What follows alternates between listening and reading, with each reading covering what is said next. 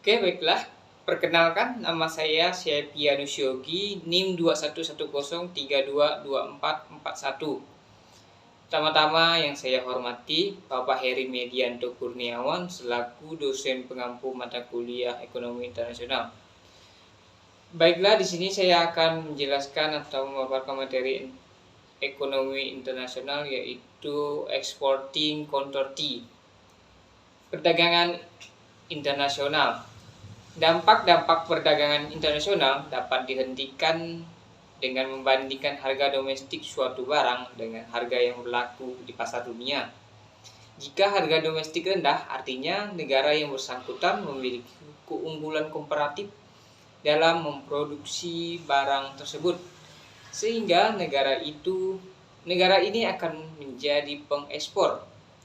Sedangkan jika harga di dalam negeri tinggi, artinya negara lain memiliki keunggulan komparatif dalam memproduksi barang tersebut, sehingga negara ini akan mengekspor barang tersebut.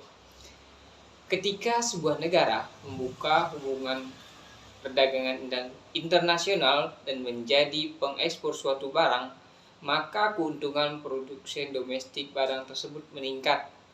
Sedangkan konsumen domestik akan mengalami kerugian karena harga barangnya naik.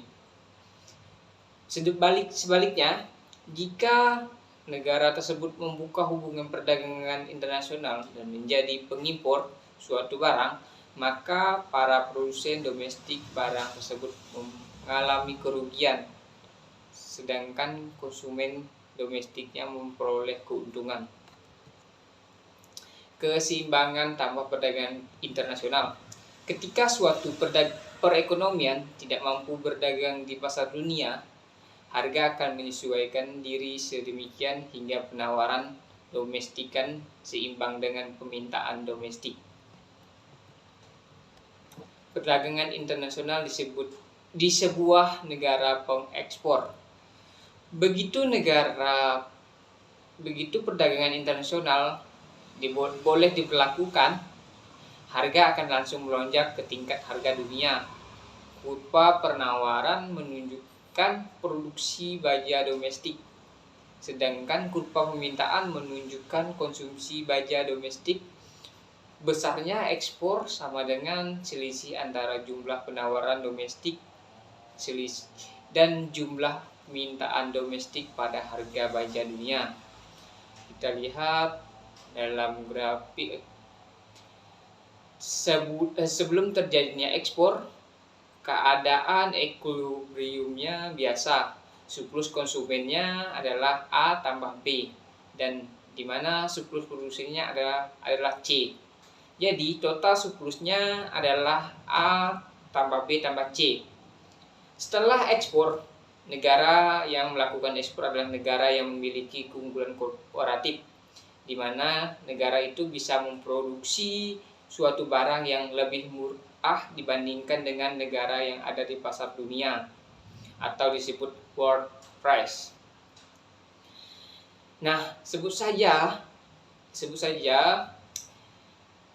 price after trade itu adalah world price. Itu adalah harga baja yang ada di pasar dunia. Nah, itu menyebabkan perubahan surplus konsumen dan surplus produksinya. Namun setelah negara tersebut melakukan ekspor, surplus produksinya itu berubah, yang tadinya hanya C, sekarang itu meningkat menjadi B tambah C tambah D. Nah, itu tadinya kan surplus konsumennya A tambah B. Setelah adanya ekspor tinggal A karena dia mengalami kenaikan. Nah, sekarang surplus produksinya jadi B tambah C tambah D. Jadi total surplusnya adalah A tambah B tambah C tambah D. Kalau kita lihat perubahan yang sebelum ekspor, yaitu A tambah B, namun setelah ekspor dia jadi A, berarti dia kekurangan B. Sebelum ekspor surplus produksinya C, namun setelah ekspor menjadi B tambah C tambah D, berarti dia bertambah B tambah D. Nah, total surplus keseluruhan awalnya sebelum ekspor A tambah B tambah C. Namun setelah ekspor menjadi A tambah B tambah C tambah D. Jadi perubahannya dia bertambah D. Dapat kita katakan secara tidak langsung bahwa ekspor ini menambah total surplus dari masyarakat secara keseluruhannya, walaupun dapat kita lihat perubahan yang dirugikan adalah konsumen dari negara eksportir tersebut, dan yang diuntungkan adalah produsen dari negara eksportir tersebut. Baiklah, sekian dari pemaparan materi dari saya. Kurang dan lebihnya saya mohon maaf. Saya ucapkan terima kasih.